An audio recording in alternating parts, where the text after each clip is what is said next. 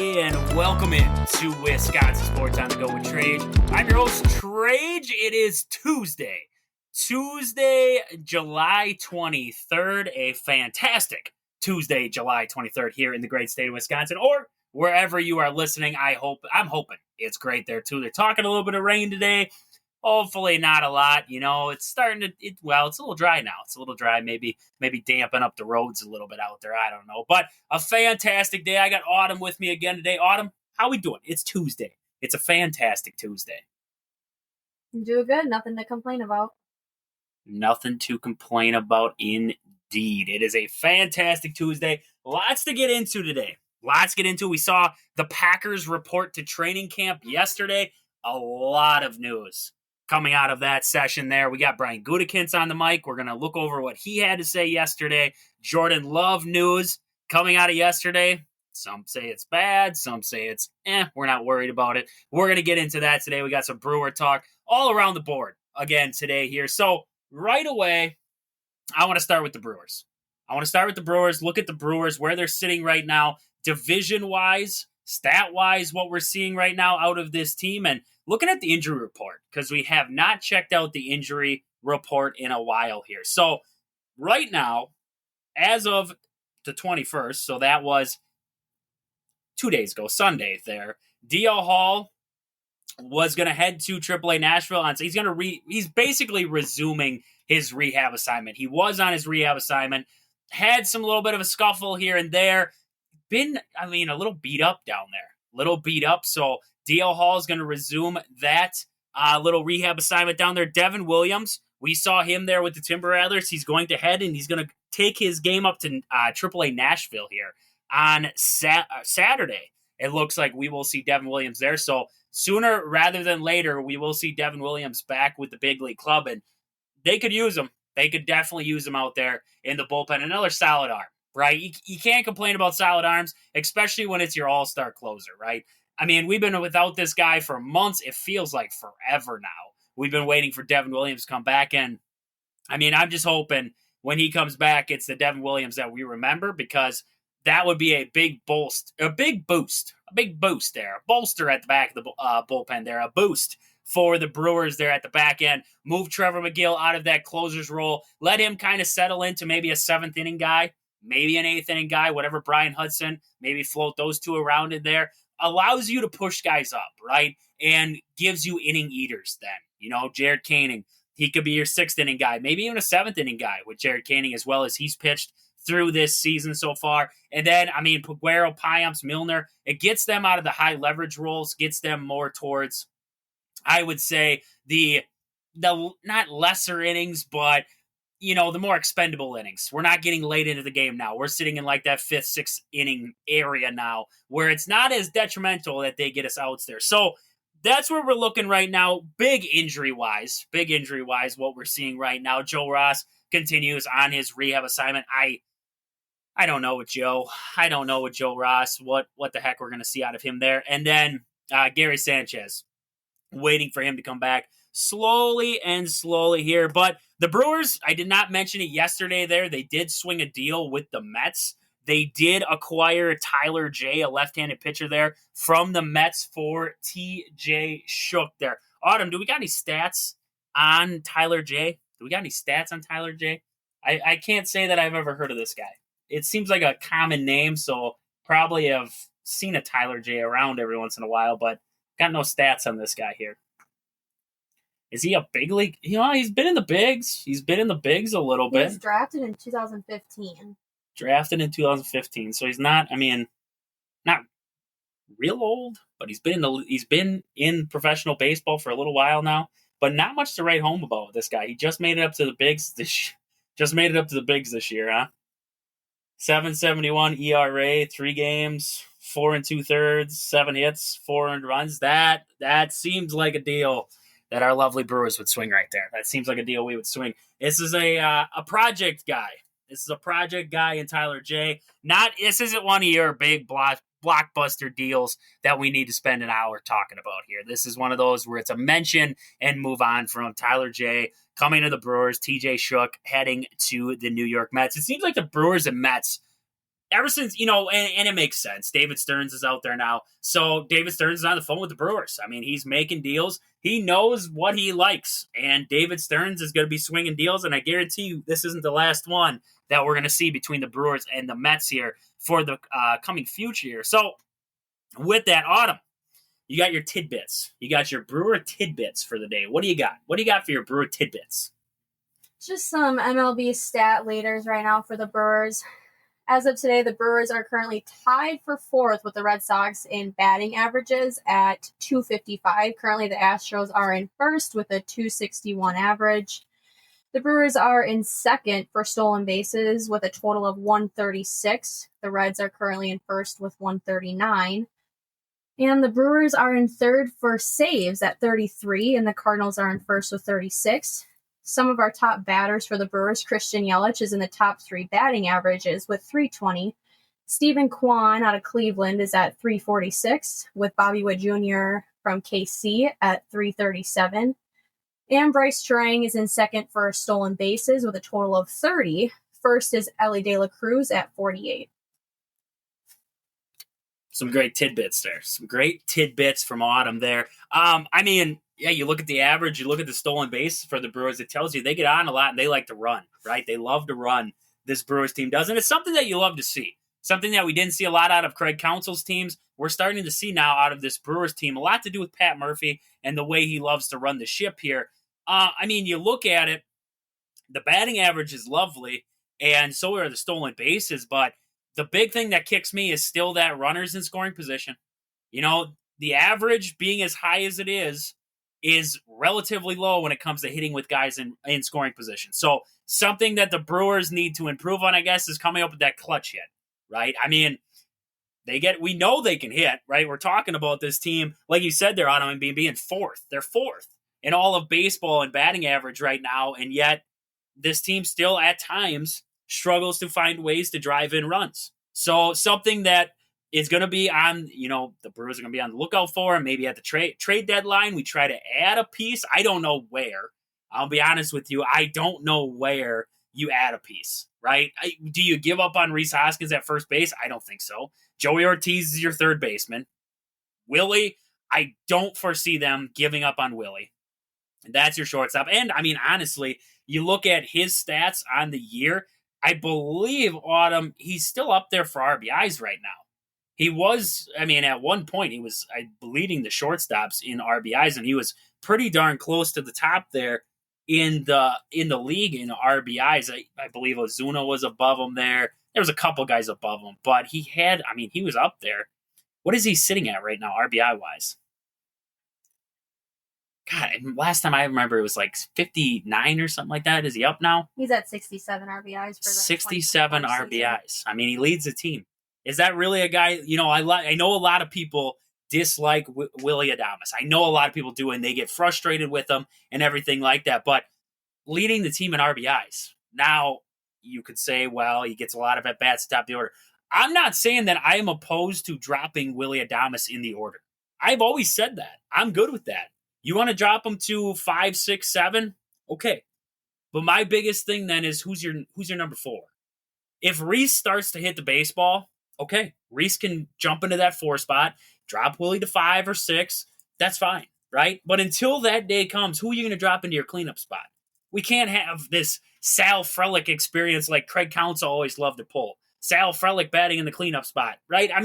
You might be able to get away with it, but I guess maybe it's my traditional baseball, feeling in it. But my cleanup guy is my power guy. He's my guy who's an RBI guy. He's not going to have the prettiest average in the world, but the guy can drive in runs. That's Willie Adames. I hate to say it because at times I am one of those people that gets frustrated watching Willie Adames out there, because he does have those 0 for 4 days, right? And it looks like he's completely lost at the plate. But in hindsight, this guy drives in runs.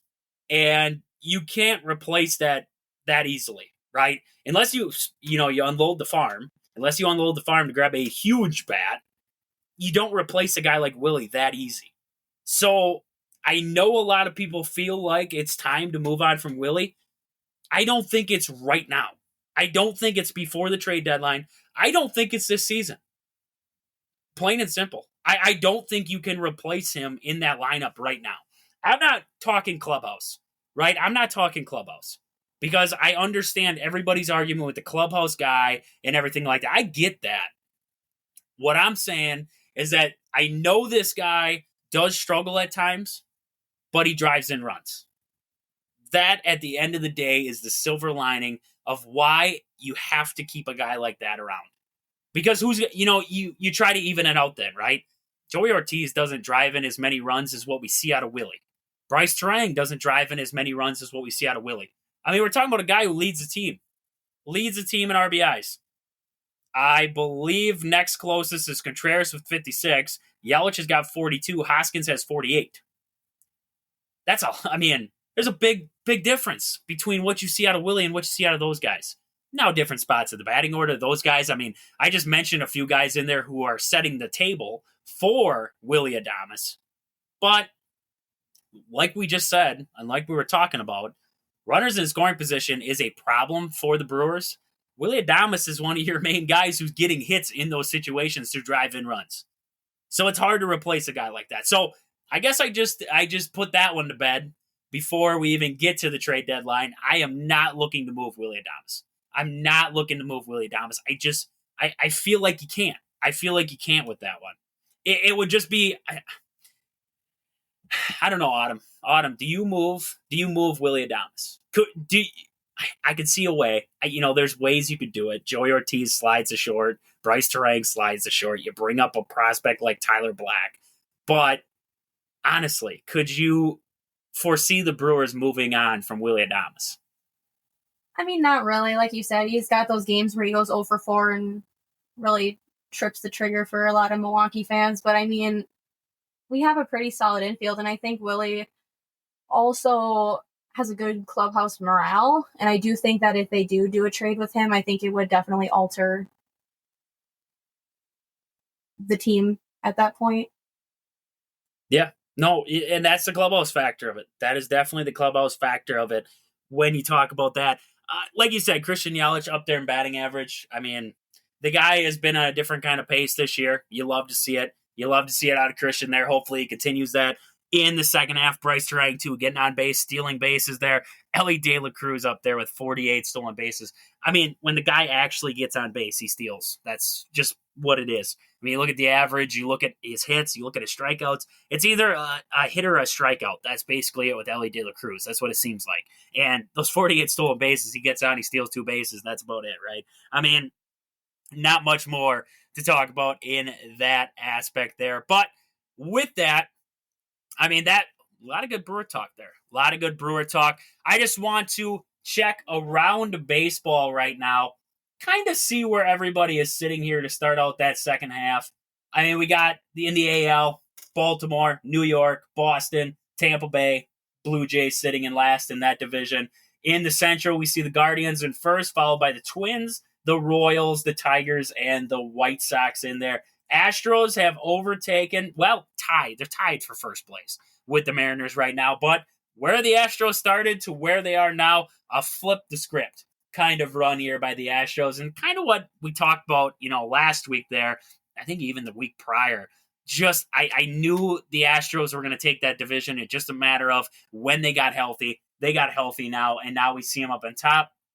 Astros, Mariners tied for first. Rangers in third right now, followed by the Angels and the Athletics. Phillies, Braves, Mets, Nationals, and Marlins. That's the order in the NL East right now. The NL West, we see the Dodgers up top, followed by the Diamondbacks, the Padres, the Giants, and the Rockies there. So getting into the Central, getting into the NL Central right now, we see the Brewers up on top right now. They're leading by 5 games over them pesky Cardinals, and it just seems like even when you put a little bit of a winning streak together, you put on a little bit of a run, it feels like those Cardinals are just right there.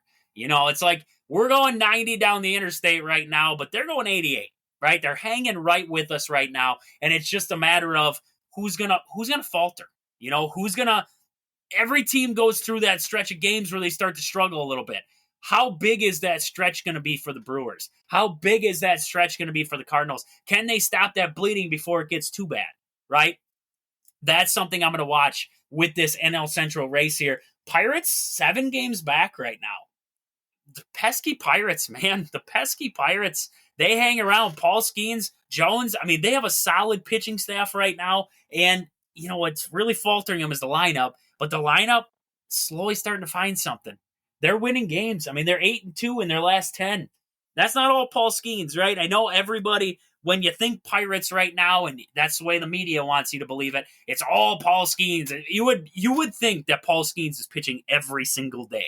If you were in the Pittsburgh area or if you were listening to the baseball world, it's like, oh my gosh, Paul Skeens. It's like he's pitching every day. No.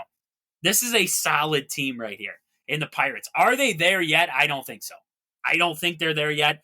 I mean, knock on some wood. I mean, they always seem to have the Brewers' number when it comes down to it late in the year. It always seems like the Pirates, just find a way to beat the Brewers and give the Brewers trouble.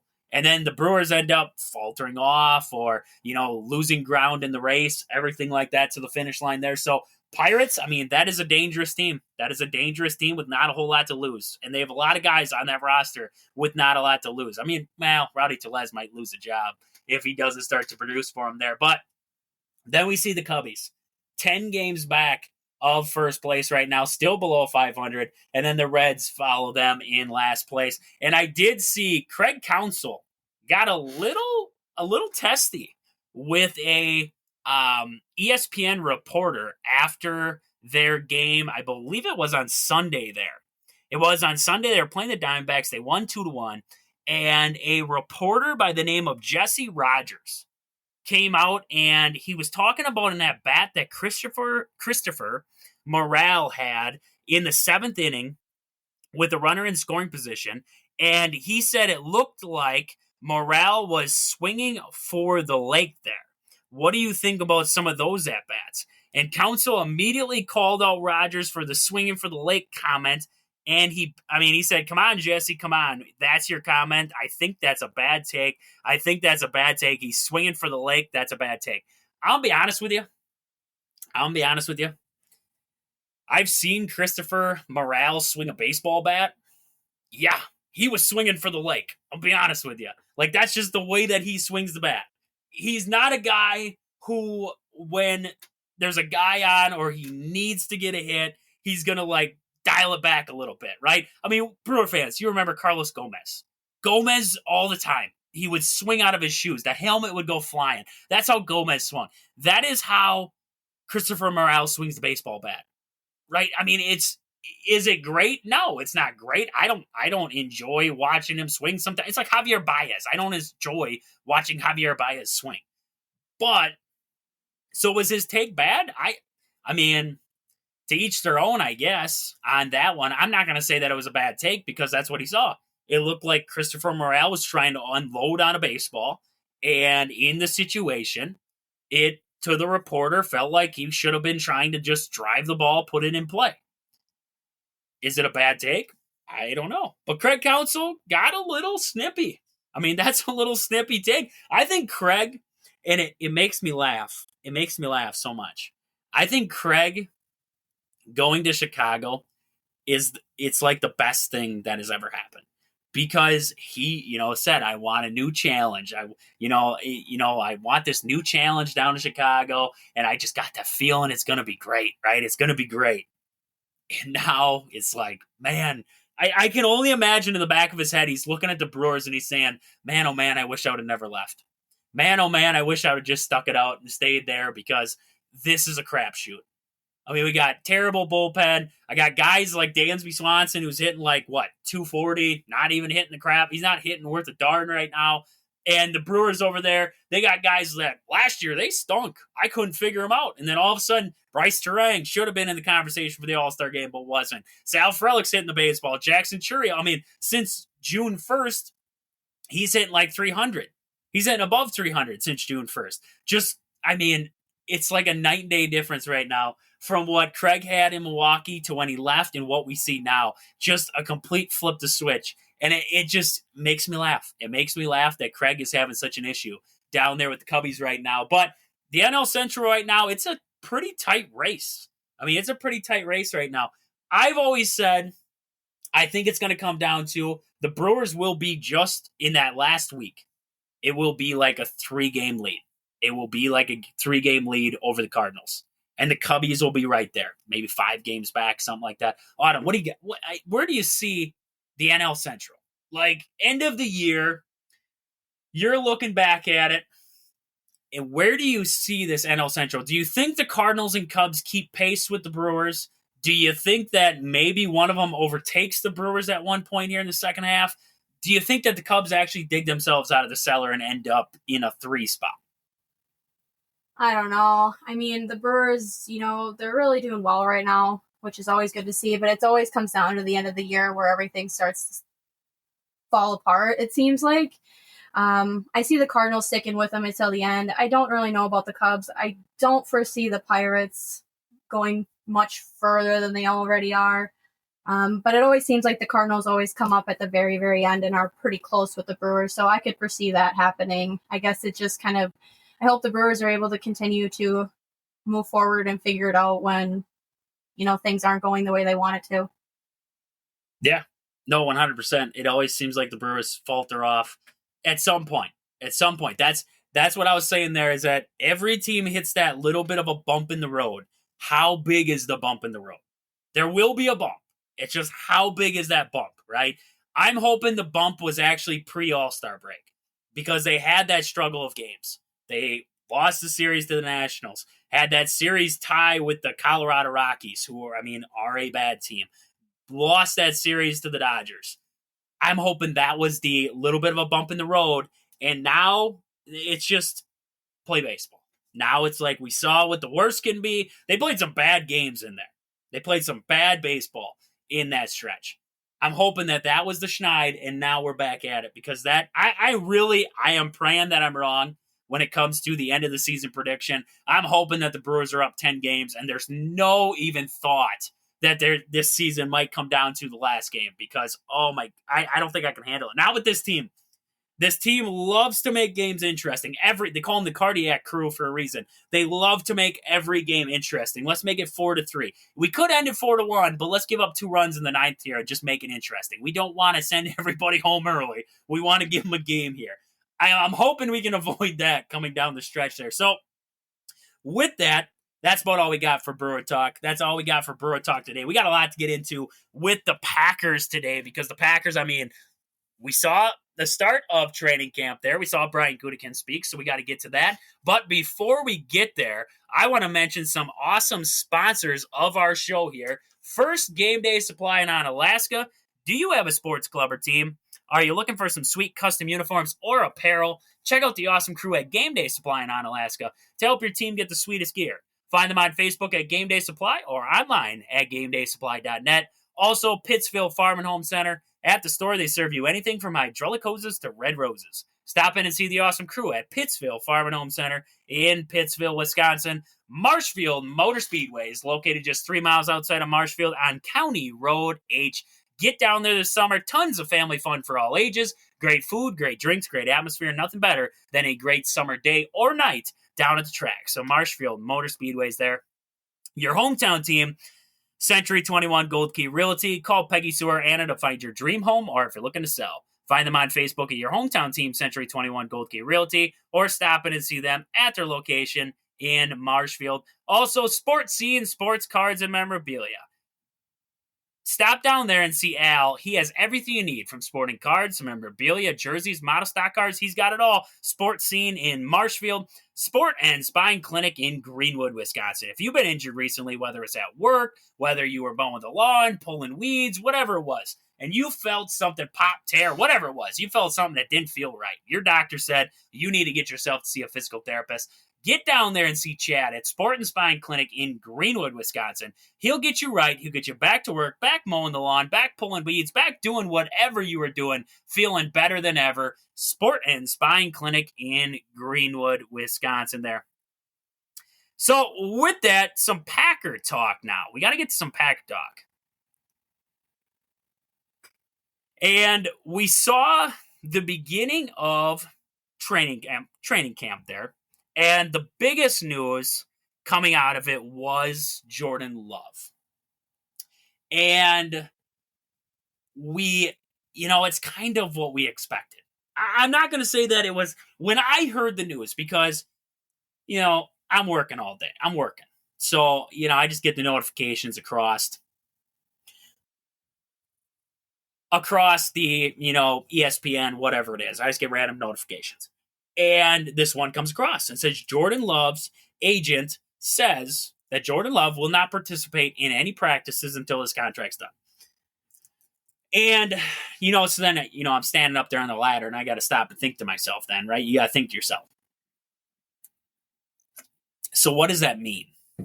Well, what it says, but in the further scheme of things, you can be upset, right? You can be upset. I'm not saying you can't be upset. This guy's still under contract for a year.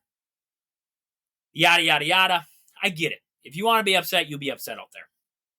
But what I thought was, this is a guy who, if he does go out there and play, if he does go out there and practice, right? And I know it's no contact right now, everything like that. I know that.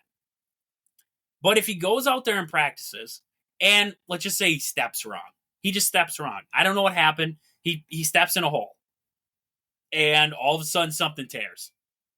Maybe it's the ACL that tears. Or whatever it is. Now, Jordan Love is out for the year. Well, what does that do to the contract that Jordan Love was just about to get? Boom. Downward. Not even close to what he was going to make before. Right? Because now he's coming off an ACL tear, whatever it was. He's coming off of that now. So now you have to worry about that. So in Jordan Love's best interest, and maybe even the Packers' best interest, I think it's the right move. To be honest. I get where people might say that they want him. They just go practice, dude. You're still underneath the contract. Go practice. But that they're talking 250 mil. They're talking that it could be up to 275. They're talking a lot of different kinds of deals. They're talking about he's going to be a record breaker, right? He could set the new standard, right? That changes it with an injury. So, for me, honestly, I don't blame him. I can't sit here and blame him. Now, what the contract is hinging on, I have no idea. Nobody does. Nobody does. Brian Gute can speak on that. What is hinging this contract right now? Is it years? Maybe he wants 5 years. The Packers want 4. So they're arguing about that right now, back and forth. Maybe they want to do an option for that last. Is it the guaranteed money? Is that what's hinging this deal from happening? I feel like it's the little things, right? I don't think it's the total amount, because like we talked about yesterday with the Kenny Clark deal, I don't believe you make a deal with Kenny Clark if you don't have somewhat of an idea of what you're going to give Jordan Love. I don't think you can. I think you're at that road then where you're like, okay, if I sign Kenny Clark for this amount of money, I won't have enough for Jordan Love. You got to get Jordan Love first. I love Kenny Clark, and like Brian Gute said in his presser there, this is a staple of the defense.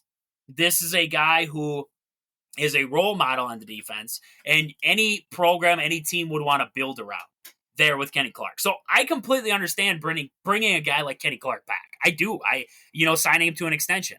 You don't want him playing next season and, not playing, he's playing for his next contract somewhere else. You don't want that. You want Kenny Clark locked in with Green Bay. You want him to be the center of attention for Hafley's new defense. And that's okay. But that makes me believe that we have a number. There is a number out there right now of what Jordan Love is going to make. What he is, going to make total. What's the guarantees look like? What's the years look like? Everything like that. Now that's different. Now we have to wait and see.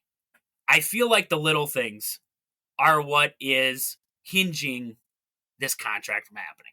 So do I blame Jordan Love for sitting out of practice because of that?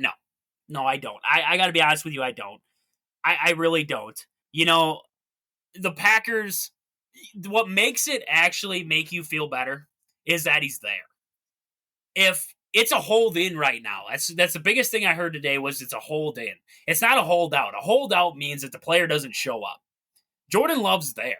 He's in the meetings. He's with the guys. So it's not like Jordan Love has no interest in Green Bay and Green Bay has no interest in Jordan Love. The interest is mutual. They want to get this done.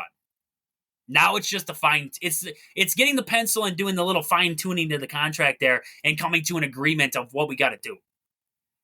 Now, is something that's hinging it is the Packers are saying, we saw you play very well.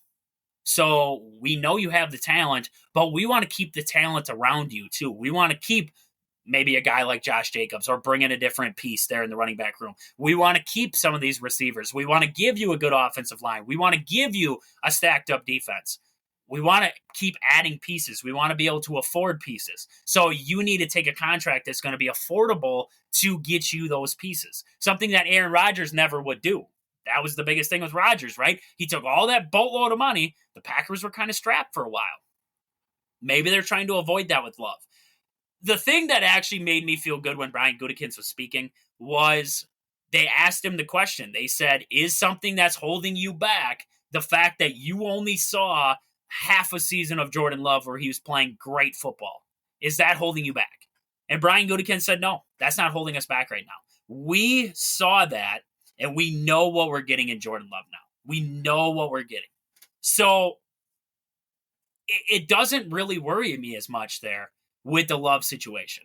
Now, if I was in that same, put yourself in those shoes. Put yourself in the shoes of Jordan Love.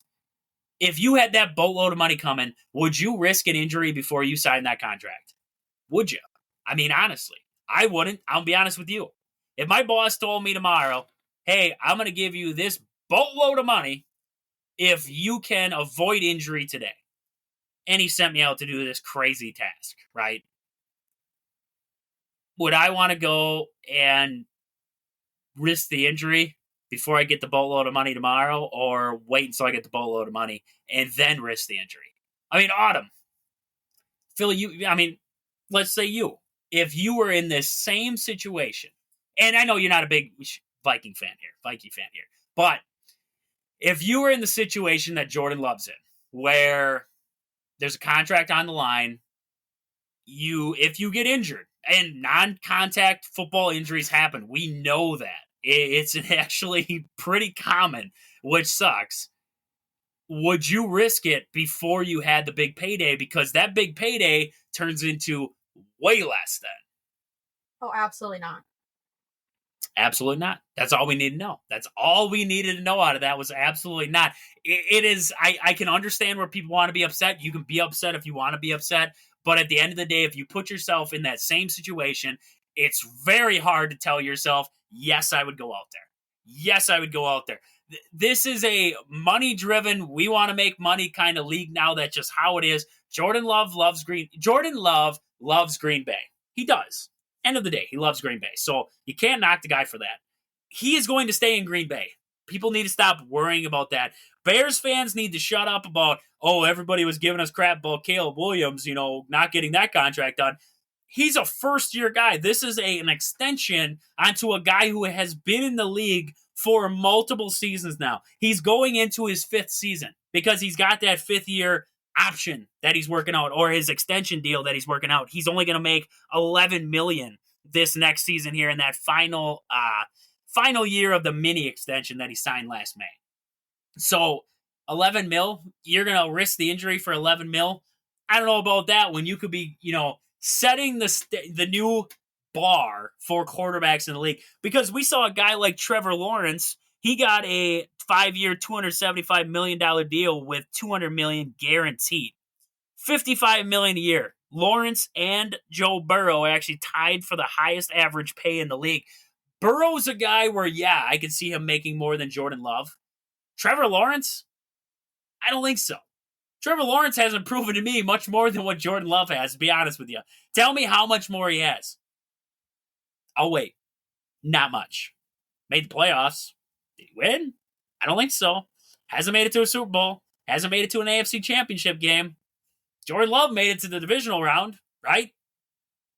Was actually probably, if Anders Carlson, like I said yesterday, if Anders Carlson makes a kick, makes a field goal, we might be talking about a team that went to the NFC Championship game at least to take on the Detroit Lions. So, and to wrap it up, Jordan Love, I don't fault him for any of this. I do, however, expect a deal to be made within the next couple days. I know I've said that. I said that last week. I said that the week before that. But I really do. I if it's not this week, I'm going to stop making predictions. But I really do expect within the next 3 days. It always seems like it's at midnight. It always seems like let's all go to bed tonight. And everybody set your alarm for midnight. And at midnight, there is a pretty good chance it will go off and tell you that Jordan Love got his extension. It seems like all the big deals happen in the middle of the night. When you think everybody's sleeping, they're sitting out there. I mean, Paul George went to the 76ers and it broke at like 1 in the morning. Like, who's in the office at 1 in the morning? Why is Paul George still awake, right? Just crazy. Just crazy stuff there. So, with that, I mean, that's about it for the Packer side of it there. Training camp just getting started here. We did see Matt LaFleur. He came out too, talking in his presser, said he'll be at practice. He's in the meetings participating. Hopefully we get something done sooner rather than later there. Yeah. I mean, yeah, 100%. You can't. I'm not faulting Jordan Love for what he's doing right now. I can't even force myself to. I tried to. I tried to see it from the lens that people were when they're freaking out about it. I can't. The deal's going to get done when it gets done. Everything will be good on that end there. So with that, Autumn has our fact of the day. We got to get a fact of the day in here. Haven't had one in a while. Autumn, what do we got? Fact of the day. On this day in history, in 1997, Greg Maddux needed only 77 pitches to complete a game for a win over the Cubs. I thought it was fitting that we're playing the Cubs today. The game only took 2 hours and 7 minutes from the first to the last pitch. That's what we got right now. This is pre, the time crunch games. We got to get these things in as fast as we can. Greg Maddux was just preparing everybody for it. That's crazy. 77 pitches for a complete game. You look at guys nowadays who are throwing no-hitters. Why don't they get completed? Look at Paul Skeens against the Brewers. He almost had 100 pitches through 7 innings, right? I mean, it's a different kind of league now. Greg Maddux was a guy, he's constantly in the strike zone, whereas nowadays, I mean, even your most dominant pitchers, Paul Skeens, right? He's like the guy in the league right now. What's the one knock on him? He gets a little crazy with it sometimes. He's all around the zone at times. That's what the Brewers had against him. They were drawing walks. They were putting guys on base. They just couldn't drive them in. They couldn't find ways to get hits against them there. So, yeah, it's definitely a crazy stat to see a guy not crazy to see it was Greg Maddux there, but to see a 77 pitch complete game. Something that is unheard of these days in the league there. So, with that, one last thing for the day here, and that is a little bit coming out of the Wisconsin Badgers. A little bit of Wisconsin Badger news there. Not totally about the football team, but kind of about the football team, kind of about the volleyball team, kind of about the hockey team also there. And then also, it was already happening in basketball and hockey last season there, but beginning this season, Wisconsin Athletics will begin selling beer, wine, and prepackaged alcoholic beverages in the general seating areas of Camp Randall Stadium and the Fieldhouse. What kind of beverages are we talking about, Autumn? Are we talking about like Bud Light? Are we talking about Bud Light? Is there a list of what they actually serve there? I'm not really sure. I know in like the presidential suites and like those like higher end seats, they always served alcohol. But whenever I worked the games before, I never actually saw what what they were, so I really can't add it on that one. I'm hoping it's not like just, you go to a Brewer game, and I'll be honest, I get it, right? Miller Lite, everything like that. I get it. But, me, Busch Light's kind of the thing. I go to a Brewer game, I can't drink Busch Light, except for in the parking lot. It's kind of a struggle sometimes. Now, I can settle for a Coors. They do have some pretty good Long Island iced teas at Brewer games, so I'm not gonna completely knock everything that they got there. But, I mean, I really wonder what the beer options will be. If it's like a Coors Light kind of thing, it always seems like Coors is everywhere. So most likely Coors. I wonder if Busch Light will make its way in. I really do. I wonder if Busch Light will make its way in. Are you finding a list? She's trying. She's trying to find a list out there. I don't know if they'll have one out there with that. But just if she finds it, we'll let you know. But with this change, UW-Madison will become the 16th school in the Big Ten to sell alcohol in its football stadium's general seating area. Anyone who appears under the age of 40 will need to show an ID, which will be verified by an electronic scanner. Wouldn't you just want them to scan the ID anyways? Would seem logical. I don't know. I thought, you go into a gas station, most of the time they'll scan your ID. I don't know. That one's kind of like no-brainer, but okay. Well, down in Madison, they actually have a fancier device than where they match the ID with the person's face. So if it's like a fake ID and somebody's using somebody else's identity, it'll like catch it. Oof. What if it, that'd be crazy if it like you shave your face or something, or you're not shaved in the picture, you look like a scruffy bear when you come in and they're like, this ain't you. I'm like, that is to me. And you got to sit there and argue with them 40 minutes, right? I mean, my face, it depends on the time of the year, right? When it gets cold outside, I let it grow a little bit longer there to keep my face warm, And what if that's the thing that hinges me from getting a beer at the Badger game? Like, that is going to be a big kick right in the gym bag right there if I can't get a drink. I mean, come on. So I did find the drinks. We got the drink list. This is what we needed to know. They had Coors Light, Miller Lite, Busch Light, and Bud Light in a 16-ounce can for $9.49.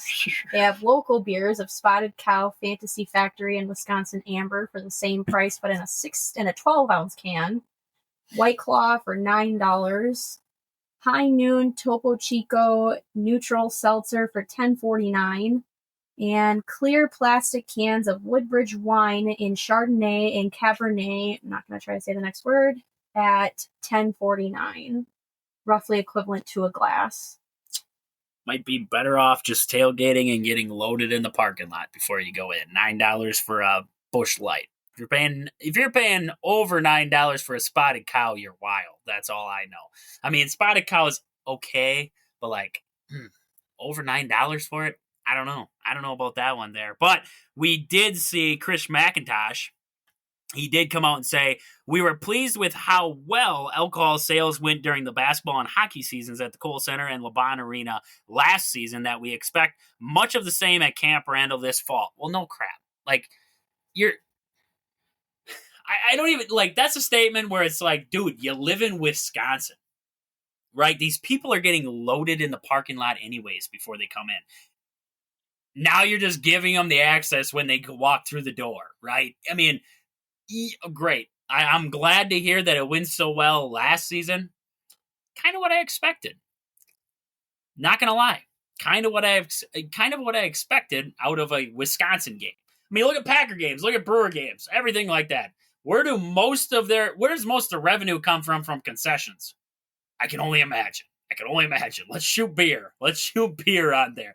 Maybe a little bit of food here and there, but a lot in the beer sales, let me tell you. And last but not least, a portion of the revenue from alcohol sales will provide financial support for existing and future campus-led efforts to promote student wellness and to encourage responsible behavior around the use of alcohol, such as offering alcohol-free programming for students and supporting students experiencing challenges related to high-risk behaviors there.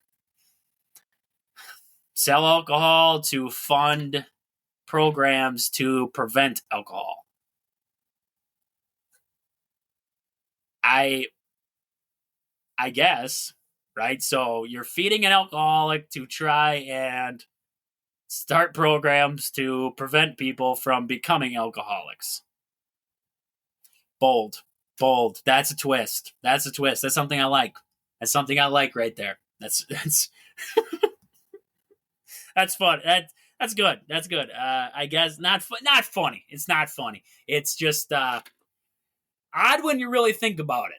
We're selling alcohol to fund alcoholic. We're basically funding them to start AA meetings, right? Like Joe over here is going to buy a 30-pack at the Badger game to fund Karen going to an AA meeting that was paid for by Joe.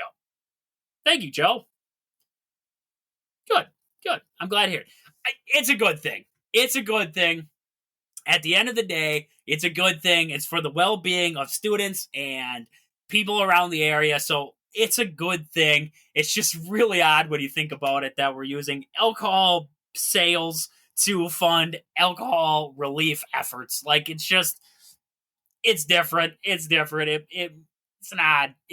But with that, that's about all we got. We got to end it on that. We know what alcoholic beverages will now be at Badger games. That's all we needed to know. That's all we needed to know for the day. So with that, that's about all we got. That's all we got for the day here.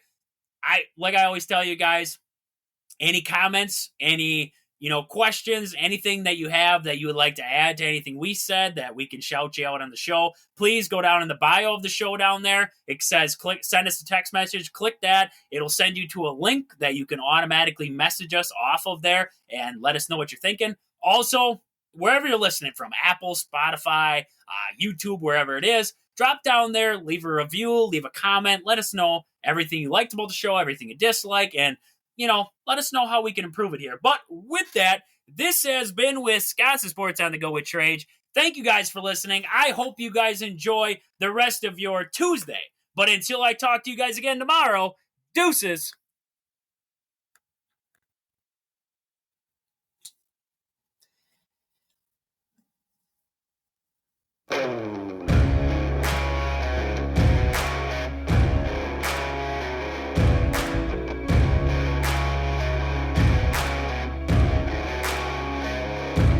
Yeah, oh my Lord, watch me sway. Darkness falls and we all pray, hoping for the light of day.